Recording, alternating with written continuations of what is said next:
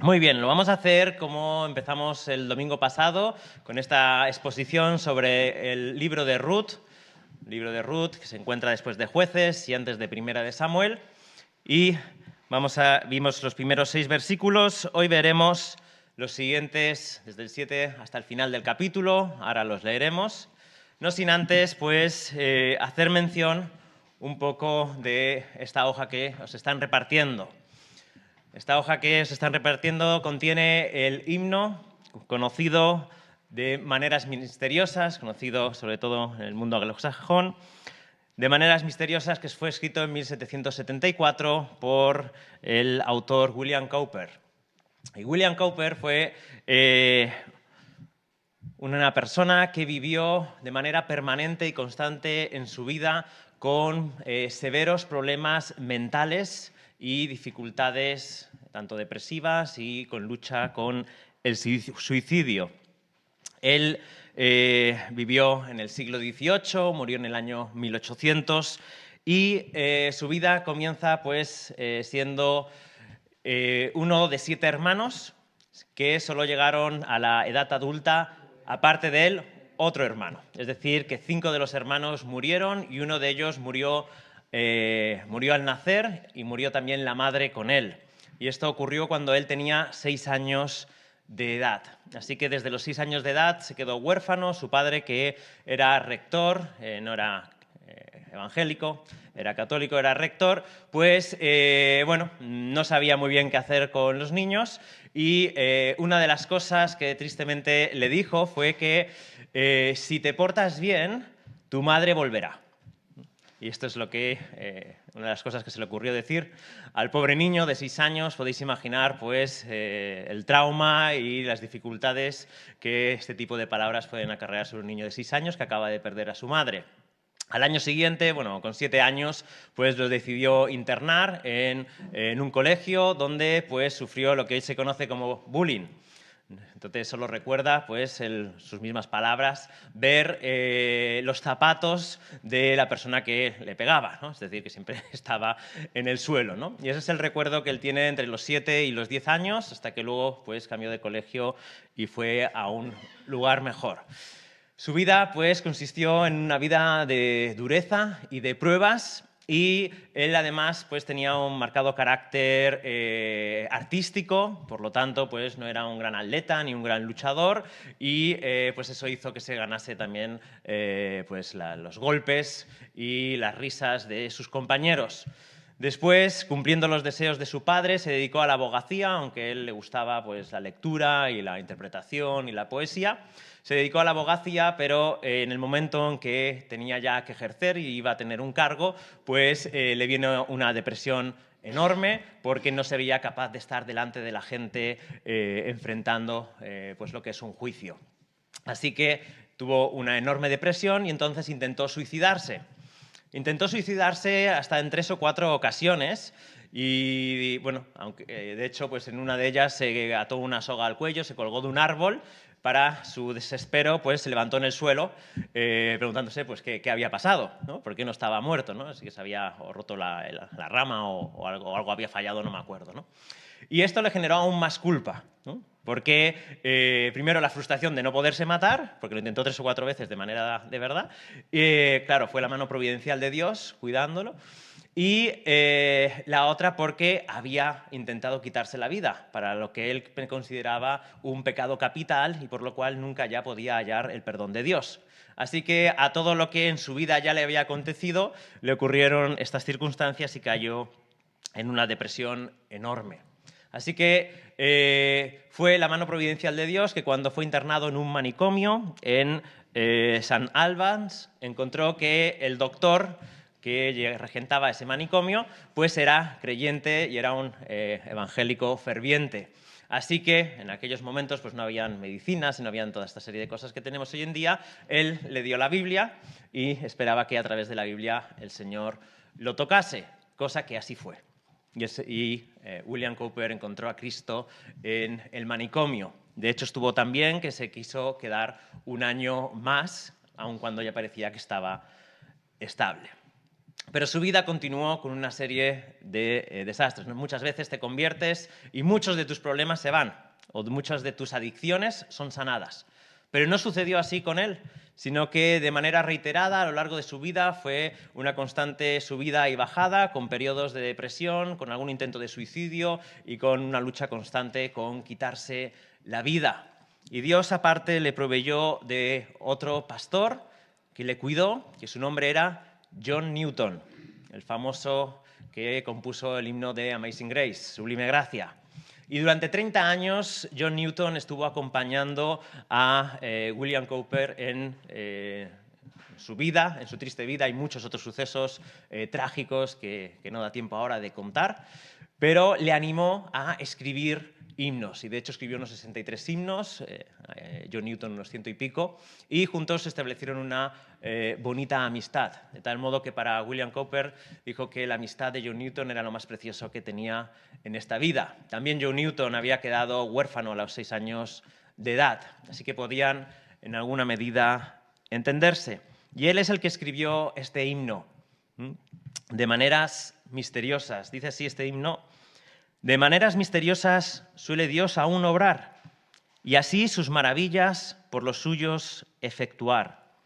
Él cabalga sobre nubes, y los vientos y tempestad son sus siervos enviados para hacer su voluntad. En abismos insondables, con destreza y gran saber, atesora sus designios, efectúa su querer. Alentaos, pues, medrosos, estas negras nubes son de sus bendiciones llenas, traerán la salvación. No juzguéis por los sentidos los designios del Señor, si parece que las pruebas contradicen su amor. Descansad en sus promesas, en su gracia confiad. Estas sombras son el manto con que envuelve su bondad. Sus propósitos perfectos a su tiempo cumplirá, y lo que es ahora amargo, dulce fruto llevará. La incredulidad es ciega, pues no mira más allá. A la fe Dios se revela, todo nos aclarará. Así que estas son las palabras de alguien que entendemos que realmente cree lo que dice y ha experimentado verdaderas nubes en su vida. Y esto nos ayuda a introducirnos de nuevo al libro de Ruth. Libro de Ruth, donde estuvimos mirando los infortunios que le acontecieron a Noemí. Y vamos a ver cómo sigue la historia en el capítulo 1. Vamos a leer el libro de Ruth, capítulo 1, vamos a leerlo entero.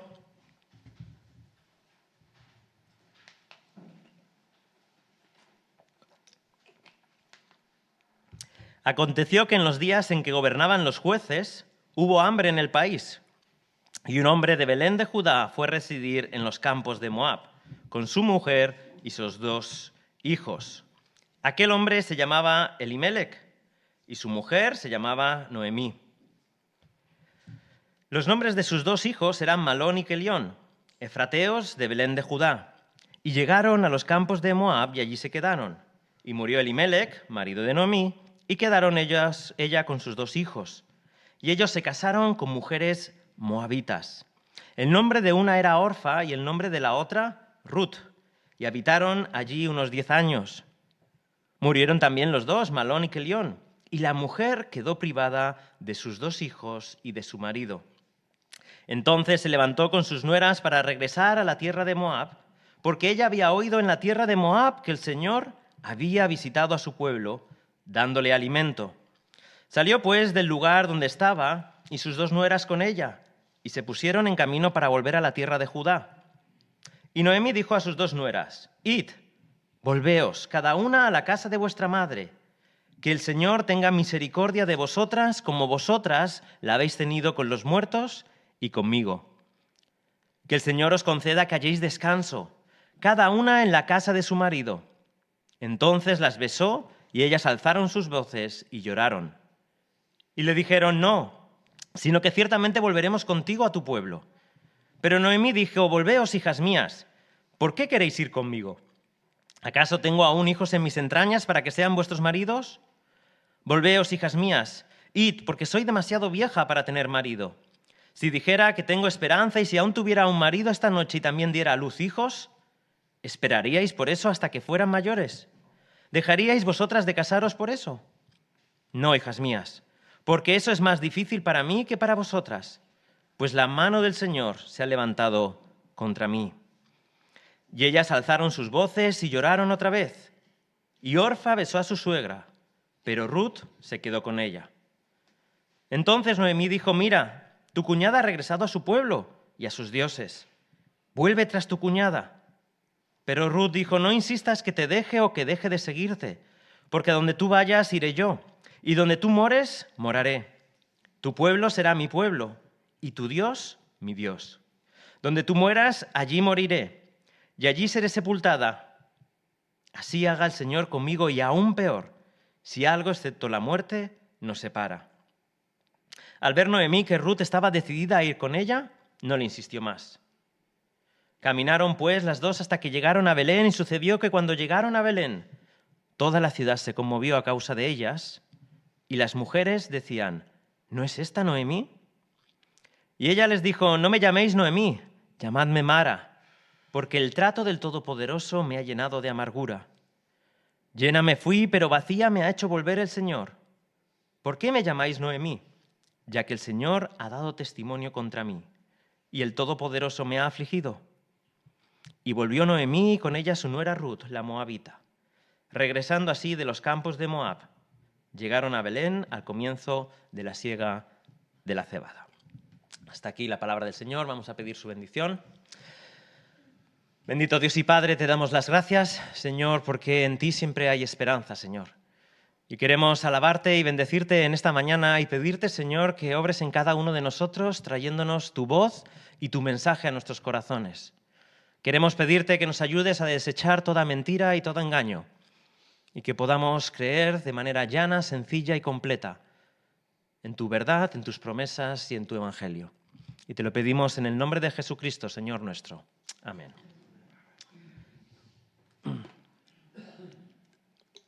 Muy bien, pues tenemos a Noemí con este suceso que acaba de pasarle.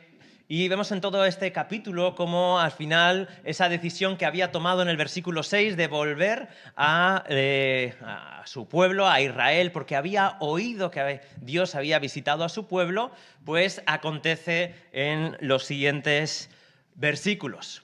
Ahora, lo que sucede en la vida de Noemí en todo este capítulo es verdaderamente llamativo y va a prepararnos para todo lo que va a suceder después en los siguientes capítulos. Pero es muy interesante cómo Noemí se define cuando llega a Belén ante toda la multitud del pueblo.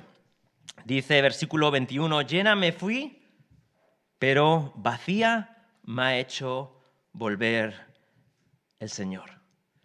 Cuán difícil es centrar nuestra mirada más allá de aquellas situaciones verdaderamente difíciles que estamos experimentando. Y es que muchas veces eso es lo que nos pasa, que cuando algo nos aflige, perdemos de vista toda la realidad que el Señor tiene alrededor de nosotros. Es cierto que ha vuelto vacía y que se fue llena. Bueno, pues en parte sí es cierto, porque si se refiere a su marido y a sus dos hijos, es cierto, se fue llena con su familia, pero ha vuelto vacía. Pero esa no es toda la realidad de lo que había pasado o de lo que tenía antes de salir de Israel, ni es toda la realidad de cuando vuelve. Porque cuando salió de Israel, ¿qué es lo que no había en Israel? No había pan, no había comida. Así que sí, se fue llena de relaciones, pero no estaba viviendo en un mundo ideal. Estaba viviendo también en una situación difícil, ¿verdad? No había comida. Ahora, cuando vuelve vacía. No, vuelve con Ruth. Y vuelve con el compromiso de Ruth de estar con ella para siempre. Ahora, en unos momentos, miraremos qué es lo que hace Ruth con ella. Pero ni mucho menos vuelve sola. Viene con el compromiso y el pacto de una mujer que va a estar con ella hasta que muera. Suceda lo que suceda y pase lo que pase. Y Noemí está en esta situación de amargura, como ella misma describe, que no es capaz de ver más allá de su dolor y de su sufrimiento, que es mucho, por supuesto que sí. pero se centra solo en aquello que le duele y no es capaz de ver lo que Dios ya está haciendo en su vida. Y esto es uno de los grandes peligros que tenemos cuando nos está aconteciendo cosas difíciles, cosas que no entendemos, cosas que a lo mejor pensamos que ni merecemos y seguramente no las merecemos. O incluso cuando el sufrimiento proviene de aquellos errores que nosotros hemos cometido en la vida, aún así, muchas veces nos sucede como a Noemí, que nos llenamos de amargura pensando que Dios no nos tiene en cuenta y que Dios se ha olvidado de nosotros. Como decía, ella no vuelve sola. Y de hecho, Dios ya ha provisto a su lado de la compañía de la persona que le va a ayudar en sus circunstancias, de tal modo que sus circunstancias van a cambiar de manera completa. Su provisión por parte del Señor ya la tiene al lado, es una extranjera, es su nuera. Y sin embargo, ella está llena de dolor. Ruth, en estos momentos, parece el texto que nos quiere indicar que es invisible a los ojos de Noemí. Ahora, ¿cómo acaba Ruth? ¿Cómo acaba el libro de Ruth? Ruth capítulo 4, versículo 15. Ruth se ha casado con Boaz y ha tenido un hijo. Y Noemí va a ser ahora su nodriza.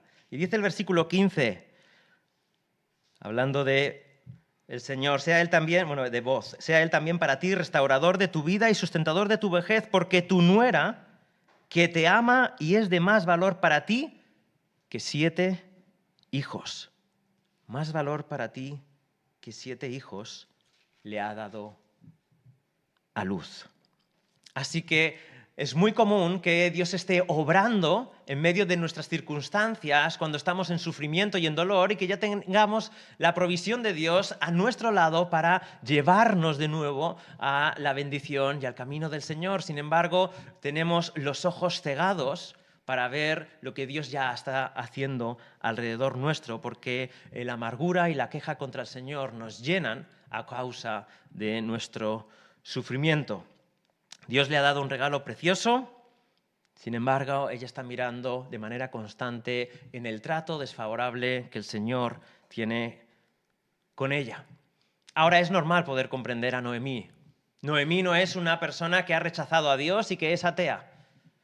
Ni mucho menos se ha rebelado en un sentido contra el Señor. Tiene una buena teología, porque de manera constante dice que sus circunstancias son a causa del Señor, el soberano. De hecho, hasta 4 veces va a decir a todos los habitantes de Belén que es Dios quien la ha puesto en esta situación. Así que ella entiende y comprende que Dios es soberano y que tiene el control de todas las cosas. Que nada de lo que le pasa en su vida es por casualidad, sino que el Señor está por encima de todo y detrás de todo, obrando en su vida. Además, no es que no entienda que Dios es bueno, porque esto es precisamente lo que le dice a Ruth y a Orfa. Además, utiliza el nombre propio del Señor, Yahvé, y cuando quiere despedirlas para que se vayan a su casa, en un acto de nobleza de Noemí, porque ella ya no podía proveer para ellas nada. Ahora, cuando en aquella época una mujer se casaba con un hombre, la mujer pasaba a ser parte de manera completa de la familia del marido y ya quedaba absolutamente desligada de la familia de su madre. Por lo tanto, mientras Noemí aún seguía con vida, ellas estaban en compromiso con Noemí porque pertenecían a la familia. Y es por eso que dice Ruth, cuando las alaba, dice la misericordia, versículo 8, que vosotras habéis tenido con los muertos. Han permanecido con Noemí, cuidándola, estando con ella, aun cuando sus propios maridos habían muerto. Estaban en un cumplimiento de su deber. Algo que para nosotros es absolutamente ajeno, ¿verdad?, a nuestra cultura. Cumplir nuestro deber, nuestro compromiso, aun y cuando sería mejor para nosotros hacer otra cosa, ¿no? Y en una sociedad en la que vivimos, tienes que ser sincero contigo mismo, tienes que buscar tu bien, tienes que cumplir tus sueños, este sacrificio, este compromiso suena totalmente ajeno. Sin embargo, es un compromiso bueno y de bendición. Ahora les dice a ellas estas palabras, versículo 8, que el Señor tenga misericordia. Y utiliza el nombre propio del Dios de Israel. No utiliza el nombre de Dios genérico, sino que ella está asegurando que el Dios de Israel es Señor sobre toda la tierra y que aún incluso cuando vuelvan a Moab, los dioses de Moab, que como Quemos, no tienen poder. Dios traspasa todas las barreras territoriales y Él es el que concede la misericordia. Así que Ruth tiene fe. Ruth sigue creyendo que Dios da el descanso, da la paz, de que Dios es bueno y que Dios tiene el control de todo. Versículo 9, que el Señor os conceda que halléis descanso. Y hallar descanso para ella significaba poder estar bajo la sostenibilidad y la seguridad de un hombre. En esos momentos significaba estar en matrimonio o estar bajo la autoridad de su padre o tener hijos.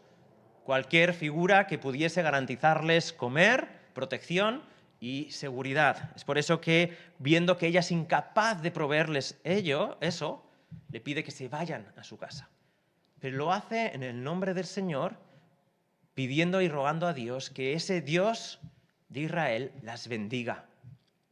Así que Noemí comprende que Dios es soberano, comprende que Dios tiene en su mano el bendecir, el dar y el quitar, que Él tiene el control de todas las cosas y que Él quiere bendecir.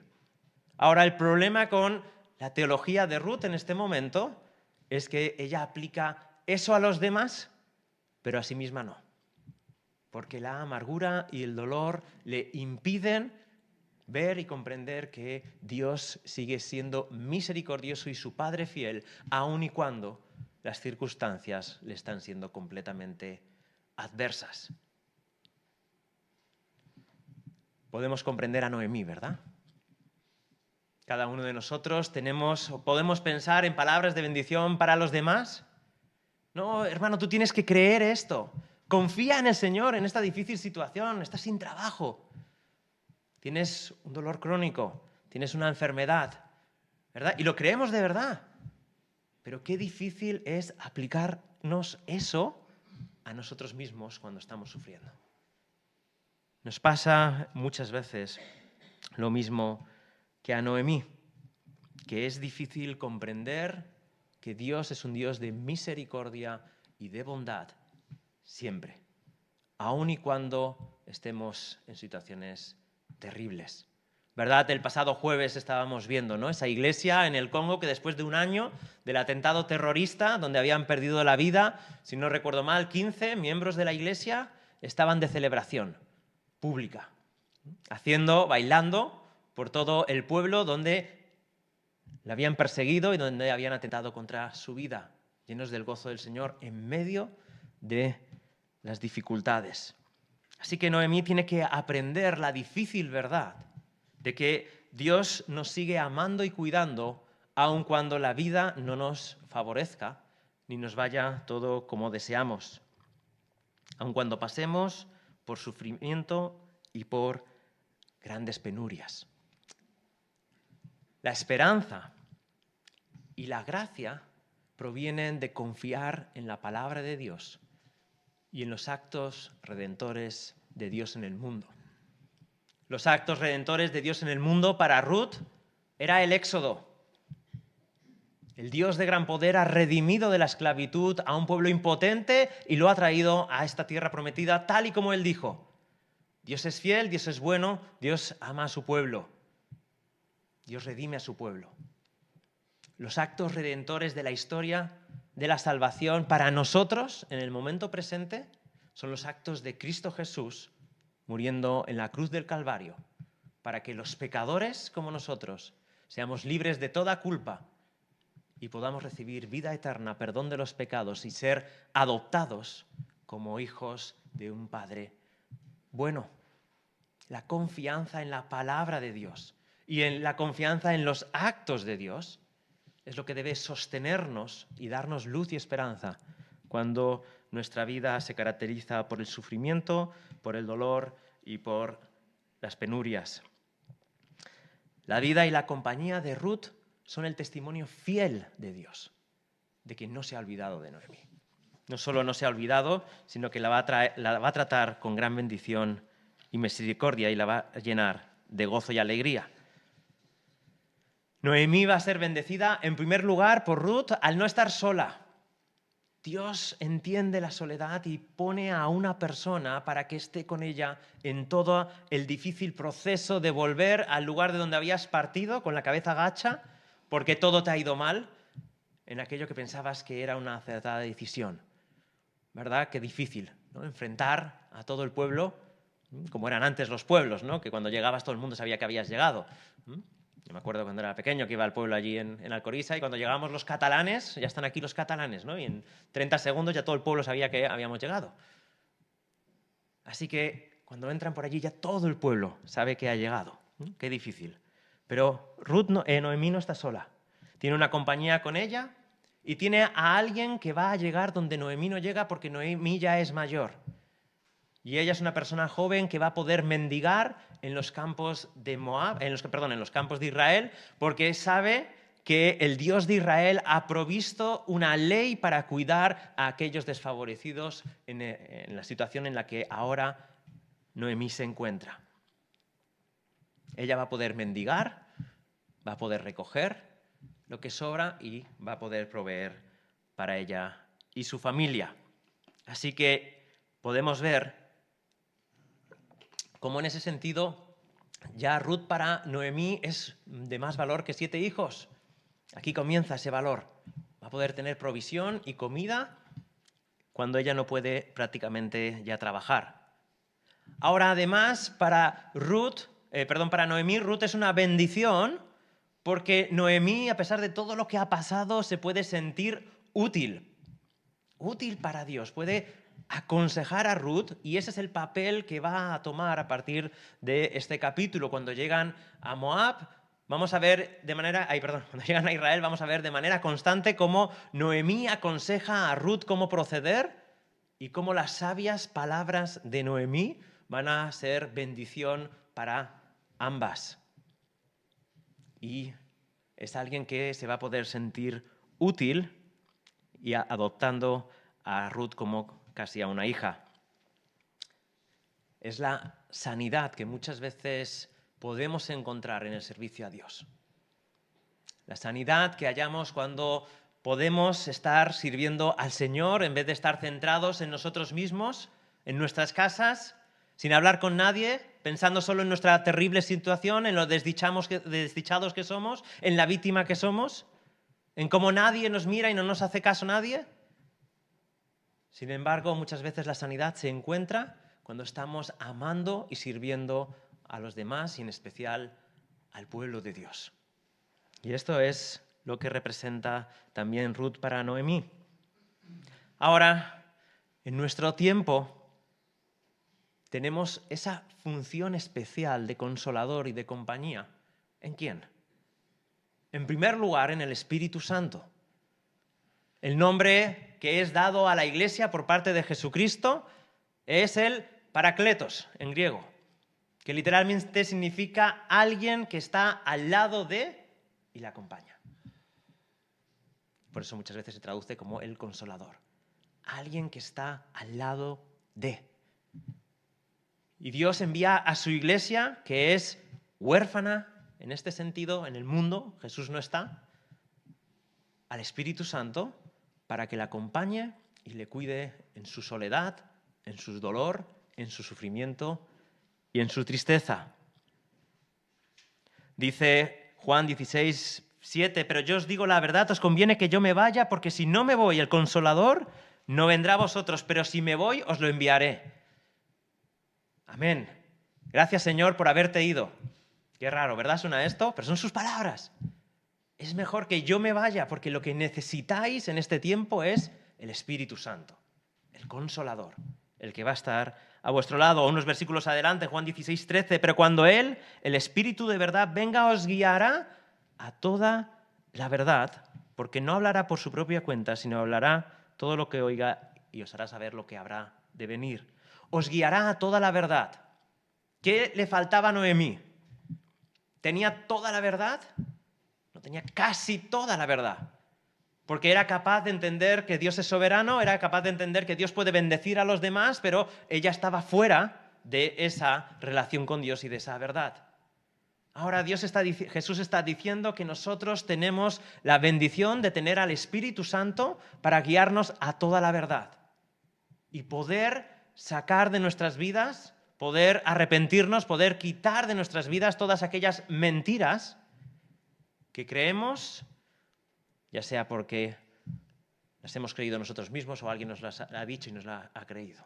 Y las hemos creído, ¿verdad? Todas aquellas visiones y toda aquella relación con Dios que no es de Dios, que no proviene de Él y que no refleja su verdadera imagen. Gran parte del problema que tenemos como seres humanos es que vemos distorsionados a Dios. Es causa del pecado. Nos cuesta comprender a Dios por nuestro pecado. Pero Dios ha provisto una solución a ese problema y es el Espíritu Santo de la verdad. Ahora, ¿cómo yo, alguien que soy pecador, que me han sucedido cosas en la vida que a veces no he querido, quizás me han dicho cosas cuando era pequeño, con 6 años, ¿verdad? Como a William Cooper, que arrastro toda la vida y ni siquiera me doy cuenta. ¿Cómo puedo yo encontrar sanidad y cómo puedo creer la verdad? Bueno, pues la respuesta está en el Espíritu Santo. Oremos a Dios y pidámosle, Espíritu Santo, ilumínanos. Muéstranos qué hay en nuestra vida que no se refleja, que no es auténtico, que no concuerda con la verdad de tus Escrituras. Y creemos que un Dios bueno, que nos ha dado el Espíritu Santo precisamente para eso, no lo va a hacer si Él es el que quiere darse a conocer y que su pueblo disfrute y se goce con su verdad. Dios está empeñado en hacernos ver quién es. Y está obrando en nuestras vidas como estaba obrando en Noemí, transformando su carácter amargo, que ella misma describe en 2 veces, en un carácter dulce y agradable. ¿Para qué? Para que pueda disfrutar de las bendiciones de Dios. Si Noemí no cambia el carácter, Noemí es incapaz de disfrutar de las bendiciones de Dios. Porque con un corazón desagradecido, como dice Romanos capítulo 1, es imposible agradar a Dios y disfrutar de quién es Él. Así que necesitamos pedir ayuda al Espíritu Santo. Necesitamos pedir ayuda a Jesucristo nuestro Señor para que nos ayude con nuestros engaños, nuestras mentiras, nuestra teología errada, nuestra práctica de vida que no es conforme a su voluntad. Pero también podemos pedir ayuda a la iglesia, a nuestros familiares, a hermanos. Porque las relaciones que Dios ha puesto en nuestra vida cuando son sanas y cuando son santas son relaciones de bien. Y por eso estamos los unos con los otros en esta mañana, porque nos necesitamos. Y necesitamos la experiencia de unos, la sabiduría de otros, el trato amable de otros, para que podamos ir siendo sanados y transformados a la imagen de Jesucristo. Noemí estaba ciega a la restauración de Dios. Nosotros necesitamos fijar nuestra mirada en Cristo. Ahora, segundo punto es que no todo es tan malo. No todo en la vida de Noemí era tan malo. De hecho, Noemí tenía un buen testimonio delante de Ruth y de Orfa. De hecho, aquí podemos incluir a Elimelech y a sus hijos, que siguen conservando y declarando el nombre del Dios de Israel, el nombre propio, aun cuando están en las tierras de Moab. De hecho, es un testimonio que no sabemos, que a pesar de las malas decisiones que hayan podido tomar, Ruth y Orfa quedan prendadas de este Dios al punto de que Ruth entrega su vida sin reservas al Dios que ha visto en la casa de Noemí y de Elimelec. Porque hemos de recordar esto, que somos personas complejas. Somos capaces de lo mejor muchas veces y capaces al mismo tiempo de lo peor. Y esa es nuestra triste realidad y nuestra frustración permanente. En la boca de Noemí Dios es proclamado y es alabado delante de sus nueras. Seguramente no es la primera vez que lo hace. Y esto lleva a Ruth a entregar su vida sin reservas a el Dios de Noemí por el compromiso. Una verdadera conversión que acontece en este capítulo 1 y que tiene como punto de partida el conocimiento de Dios a través de una familia que ha hecho las cosas mal. Gloria a Dios, ¿verdad? Gloria a Dios. Porque en medio de nuestro desastre, Dios obra para bien aún nuestros desaciertos. Y evidentemente era una familia que temía al Señor. Y esto nos puede suceder, ¿verdad? Y creo que nos tranquiliza. Tememos al Señor, pero a veces hacemos cosas que indican lo contrario. Y hay una realidad en nosotros que parece decir muchas veces lo contrario, pero queremos que el Señor obre y queremos glorificarle. Versículo 15 le dice Noemí. Entonces Noemí dijo: mira, tu cuñada ha regresado a su pueblo y a sus dioses. Y no es una crítica. Es lo más lógico que podía hacer Orfa. No tiene esperanza, es una extranjera que va a vivir en otro país y Noemí le libera del peso de la responsabilidad que había contraído. Ahora, esto exalta aún más la conversión de Ruth y el compromiso que adquiere. Versículo 16, pero Ruth dijo: no insistas que te deje o que deje de seguirte, porque a donde tú vayas iré yo y donde tú mores, moraré. Así que en primer lugar manifiesta su conversión completa al comprometerse con su deber y su responsabilidad con Noemí. Pero al mismo tiempo se compromete con el pueblo de Israel, un pueblo que no es suyo. Tu pueblo será mi pueblo y tu Dios mi Dios. Después se compromete con el Dios de Israel. Y por último se compromete hasta la muerte. Versículo 17, donde tú mueras, allí moriré y allí seré sepultada.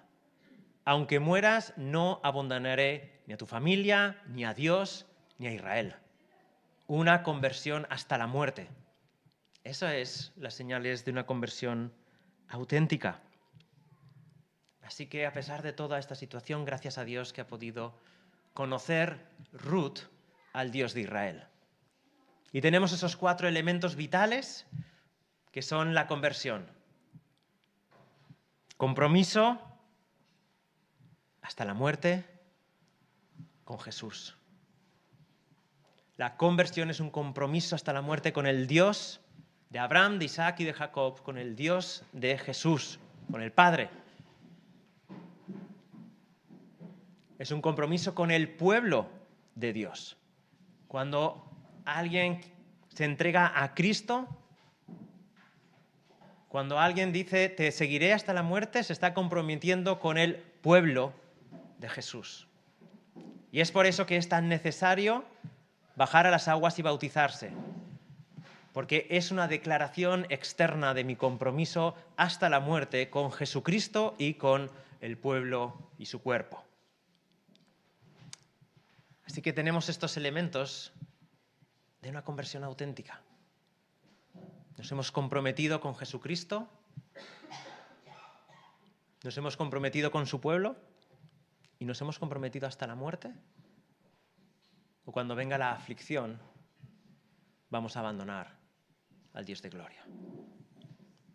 Esta es una conversión auténtica. Hechos de los Apóstoles, capítulo 3, versículo 19, dice: por tanto, arrepentíos y convertíos para que vuestros pecados sean borrados, a fin de que tiempos de refrigerio vengan de la presencia del Señor. Y el último punto, llega en el tiempo de la cosecha. Versículo 22, y volvió Noemí, con ella su nuera Ruth, la moabita, regresando así de los campos de Moab, llegaron a Belén al comienzo de la siega de la cebada.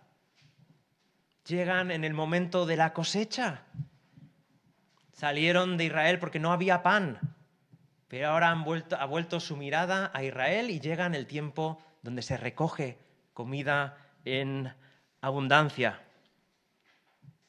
Sin embargo, como hemos visto, Noemí aún no es capaz de ver esto. Sigue amargada en su corazón sin darse cuenta de que está llegando a la tierra del pan, cuando Dios la ha visitado y la ha bendecido en gran manera. Y es por eso que necesitamos un cambio y ser transformados. Porque muchas veces, como decíamos, el presente estado de amargura nos hace imposible ver que Dios ha visitado a su pueblo y que ha traído pan y grandes cosechas. Y que además Él no quiere que te pierdas ninguna de ellas. Esta misma incapacidad nos sucede muchas veces. Ahora está aquí mi hijo Idai. Él viene muchas veces diciéndome en casa: mira, los demás niños tienen 6 o 7, han ido 6 o 7 veces a Por Aventura, tienen en la cuenta 3.000, 4.000, 5.000 euros, han ido a todos los parques acuáticos y de atracciones, tienen ropa de marca, han visto todas las películas de la cartelera. Y él no, evidentemente. ¿No? Pero bueno, hablamos, ¿verdad? Y digo, pero mira sus vidas. Y mira si están agradecidos por todo eso. Y si tienen la capacidad de disfrutar de todo lo que Dios les está dando. Y la respuesta es que no. Normalmente son todos niños consentidos, caprichosos y que no agradecen nada. Ahora, esto que vemos tan fácil en los niños nos pasa a los mayores igual. Llenamos nuestra mirada y nuestra visión de lo que nos falta, de lo que no tenemos, de los tiempos ideales del pasado. Y nos olvidamos del presente, de lo que tenemos en Cristo Jesús.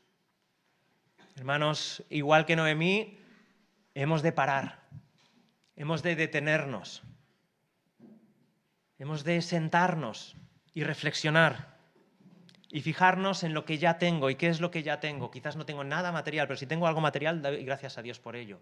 Quizás no tengo familia, pero si la tengo, doy gracias a Dios por ello. Quizás no tengo amigos, pero si los tengo, doy gracias a Dios por ello. Quizás no tengo iglesia, pero si la tengo, doy gracias a Dios por ello. Pero sobre todo, miramos a Cristo.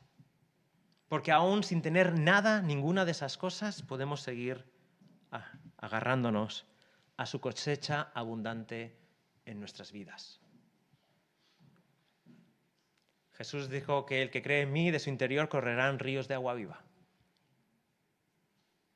Si están corriendo de tu interior ríos de amargura, ríos de queja y ríos de ira, entonces hay una necesidad de arrepentimiento y de creer las palabras de Jesús. ¿Y cómo lo vamos a conseguir? Mirando al que crucificaron. Mateo 11, 28, venid a mí todos los que estáis cansados y cargados y yo os haré descansar. ¿Cuál es la bendición de Ruth para sus nueras? Que el Señor os dé descanso. Ahora Jesucristo es nuestro descanso, es nuestro reposo. Y necesitamos recordar nuestra identidad en Cristo para disfrutar de sus bendiciones. Que disfrutamos del perdón de los pecados, que somos libres de la ira de Dios. Dios ya no nos va a destruir. Dios ya no nos mira con condena. Ya Jesús no nos va a pisar, como dice Apocalipsis que va a hacer con todos aquellos que le aborrecen. Somos aceptados en el amado. Disfrutamos del perdón y la limpieza que provienen del cielo. Sin culpa, pero con esperanza, de que nuestra realidad, la de hoy, no es la definitiva.